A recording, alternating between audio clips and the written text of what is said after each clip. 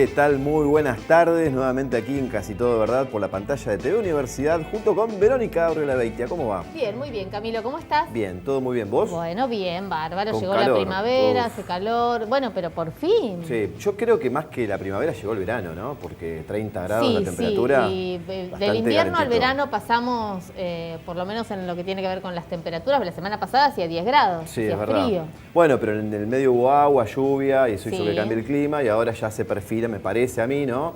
El inicio del verano. No sé, definitivo. ¿estuviste mirando el pronóstico? Porque vuelve el agua y la lluvia. Ah, no Y baja estuve la viendo el tem- pronóstico. Y baja la temperatura. Te digo para que estés atento. Bien, bueno. Tenemos un programa con muchísimas cosas para compartir en una semana en donde la noticia central gira en torno a este encuentro del pensamiento crítico organizado por Claxo, en donde bueno, el lunes vimos a Cristina Fernández de Kirchner, Dilma Rousseff, tuvo ayer el vicepresidente de Bolivia, García Linera, y bueno, otras figuras más que van a ir pasando de acá hasta el día viernes. Un foro más que interesante, ¿no? En donde uno puede analizar y ver otras ideas, otra política, intentando que vuelvan los gobiernos progresistas a la región a instalarse, ¿no? Bueno, precisamente de eso se trata, del pensamiento crítico, y además esto movió el tablero político local, porque, bueno, a más de uno lo inquietó la presencia de la expresidenta Cristina Fernández de Kirchner.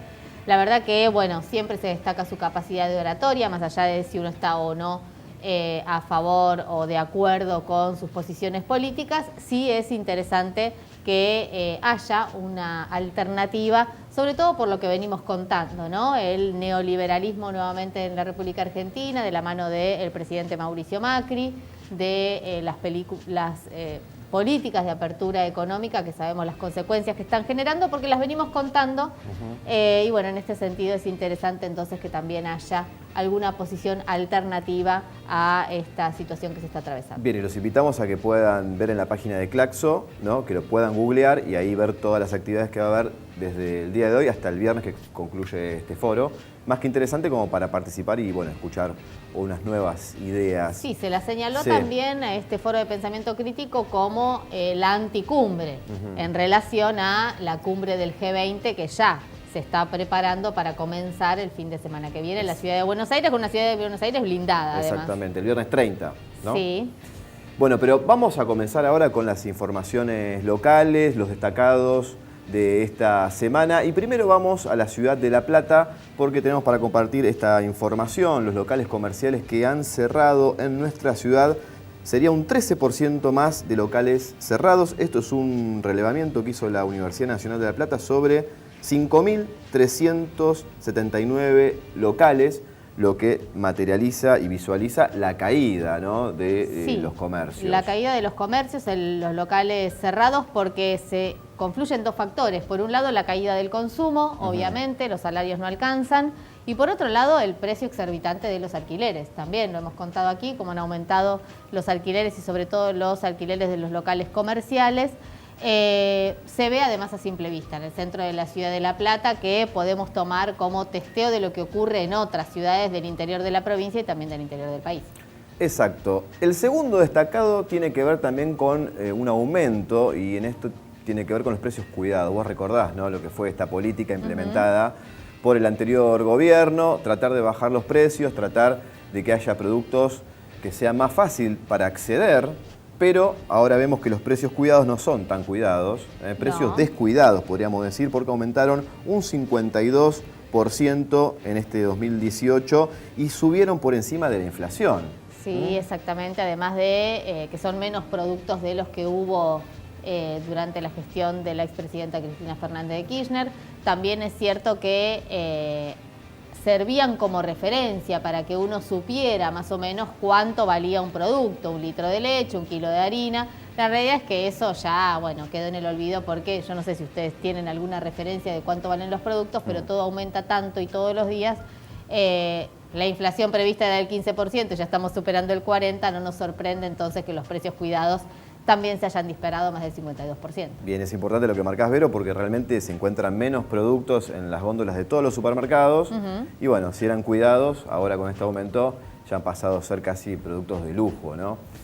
El tercer destacado tiene que ver con la noticia que conocíamos el día sábado, ¿no? La aparición del submarino Ara San Juan, esto a 900 metros de profundidad. Una noticia que la verdad que nos impactó casi después, ¿no? de que se cumpliera un año de la desaparición. Un fin de semana veíamos al presidente Mauricio Macri dando una conferencia de prensa y ese mismo día, a esa misma hora prácticamente, después de dar su discurso, decretaba duelo nacional por 3 días y se lo veía en una fiesta en Luján, en Luján bailando y con celebrando, Caputo, vaya a saber qué, amigo. ¿no? Sí, tan lamentables esas imágenes, sobre todo porque además de ser hay que parecer. Y en un momento tan triste para los argentinos, para los familiares, que además están reclamando que se reflote el submarino para tener la certeza de qué es lo que pasó, porque bueno, hubo muchas especulaciones. Se habla de que no estaba en condiciones, pero también es cierto que hay otras versiones que indican que se realizaban tareas de inteligencia, que pudo haber alguna implicancia internacional. Bueno, todo esto se está por dilucidar, porque lo único que sabemos es que el submarino está a 900 metros en el fondo del mar. Veremos cómo siguen las investigaciones, ¿no? Bueno, de qué pasó y bueno, por qué desperfecto o no, porque también está la sospecha, algunos hablan de que hay algún país involucrado en el hundimiento del submarino, como puede ser Gran Bretaña, por ejemplo, ¿no? Hay muchas suposiciones respecto a esto, pero nada certero. Lo cierto que, bueno, están los familiares de las víctimas, por supuesto, exigiendo que se esclarezca el hecho y que el Estado se haga responsable, ¿no?, de lo que ha acontecido. Exactamente. Ahora sí vamos a presentar un informe que realizó nuestro compañero Juan León sobre Buenos Aires, productoras de despido. Octubre y noviembre fueron los meses más complicados en la provincia de Buenos Aires, en lo que tiene que ver con las fábricas y la cantidad de despidos que hubo en los puestos de trabajo en fábricas de la provincia de Buenos Aires. Compartimos el informe y después seguimos aquí en Casi Todo Verdad. Buenos Aires es la provincia que se transformó y ahora produce despidos.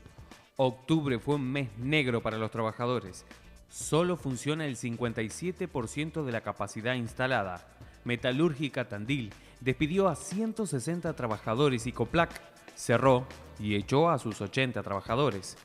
El sector textil funciona solo con el 53% de su capacidad instalada y esto se entiende por los despidos en Lanús, donde la empresa Stone despidió a 16 personas y en Avellaneda la empresa Gael hizo lo mismo con 300 empleados.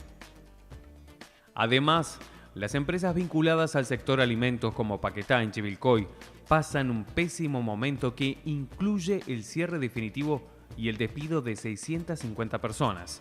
O como en Lomas de Zamora, donde el grupo Canale envió telegramas a 86 operarios. O como en Junín, donde la fábrica de pastas Don Antonio despidió a 30 trabajadores.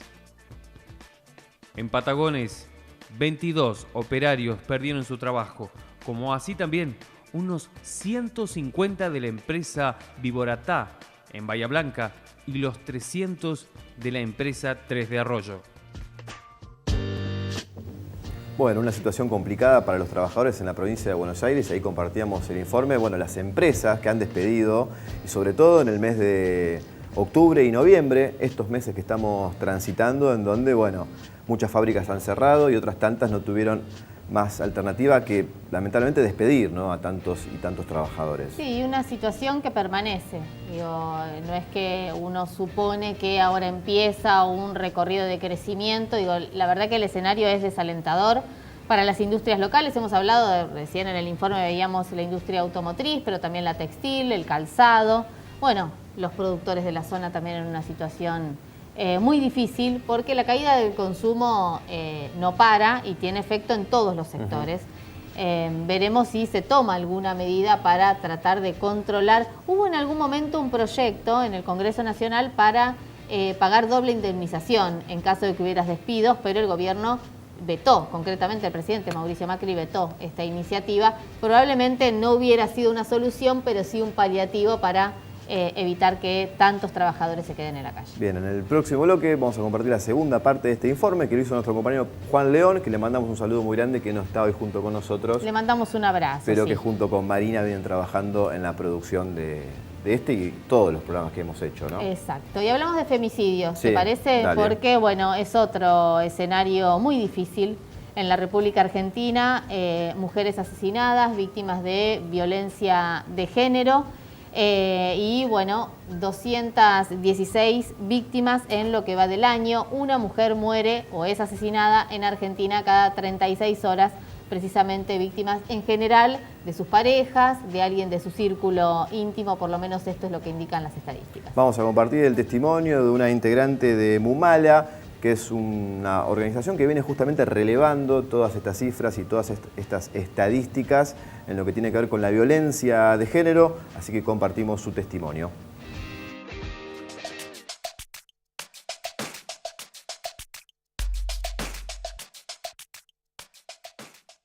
Este año hicimos un corte que va desde el 1 de enero del 2018 al 10 de noviembre, donde nos arroja que hay 216 casos de femicidios a lo largo y ancho del país. Se recopilan muchos datos que tienen que ver con cómo suceden estos femicidios. Concretamente 191 son los casos de femicidios directos, de mujeres que fueron asesinadas en contexto de violencia machista de distintas formas, y el resto fueron femicidios vinculados. También contamos los travesticidios, porque nos parece que es además la comunidad más vulnerada y que no se tiene en cuenta en los registros, entre comillas, nacionales que hay. Y bueno, y eso en concreto tiene como objetivo vincularlo a cuál es el presupuesto que se le destina en el proyecto que se aprobó recientemente en el Congreso Nacional y que es lo que el año que viene supuestamente va a resolver o intentar revertir la situación de violencia de género lejos de la realidad. Contando que el número no es para nada despreocupante, sino que son 216 casos de femicidios, lo que el Gobierno Nacional va a aportar al Instituto Nacional de las Mujeres para el año 2019 son 234 millones de pesos. Ya de por sí venía siendo muy poco y era una exigencia de todo el movimiento feminista que sin presupuesto no se pueden realizar políticas públicas que efectivamente reviertan esta situación. Lo cierto es que este número, si bien en concreto no es menor al que se destinó al año 2018, si uno hace la proyección de la inflación, que es lo que debe hacerse cada vez que se piensa el presupuesto, es un 18% menos de lo que se venía entregando. Pero además recortan de 50 millones a 34 millones lo que va para el monitoreo del plan de acción que debería llevarse a cabo a nivel nacional. Entre otros datos, este relevamiento que hicimos desde el Observatorio de Mumala nos arroja que la ciudad de La Plata, en particular, encabeza el ranking de femicidios en la provincia de Buenos Aires. En lo que va del año hay 5 registrados.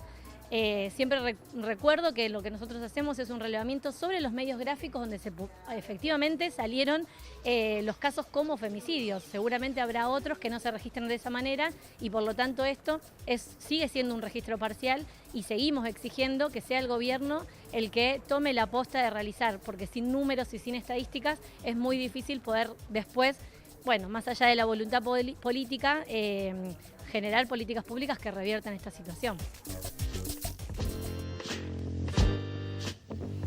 Bien, y en la República Argentina muere una mujer cada 34 horas, las cifras hablan por sí solas y bueno, de a poco se está trabajando, ¿no?, en diferentes ámbitos para que la violencia hacia la mujer se erradique. Situación complicada, pero digamos está visualizado. Sí, ¿no? está visualizado, pero el presupuesto del Gobierno Sí. Nacional es menos que el del año pasado. Digo, debería, al contrario, incrementarse, y este es otro tema que hay que tener en cuenta porque el presupuesto ya fue aprobado, es el cálculo para el año que viene y la Secretaría del Instituto de Derechos de la Mujer va a tener menos recursos. La línea 144, ¿no?, que sigue estando presente a pesar de todos los conflictos que existen. Bueno, una línea gratuita para que aquellas mujeres que todavía están viviendo esta situación, bueno, puedan denunciar y de a poco se pueda erradicar este mal. Tenemos una información del día de hoy en la ciudad de La Plata porque en el supermercado Walmart hubo una protesta. Justamente el Sindicato de Empleados de Comercio fue ahí a protestar por unos supuestos despidos, ¿no? Exacto, en el hipermercado Walmart, allí en el Camino Centenario, y es el mismo tema que venimos hablando, ¿no? Bueno, si Walmart despide, evidentemente esto tiene que ver también con la situación económica tan complicada, y veremos qué es lo que pasa. La realidad es que hubo una protesta del Sindicato de Empleados de Comercio, y hay imágenes que vamos a compartir. Sí, no se sabe todavía la cantidad de despidos que podrían efectuarse en este supermercado, pero compartimos las imágenes hoy a la mañana de lo que fue esta protesta ahí en la puerta del hipermercado. A ver si tenemos las imágenes, las compartimos.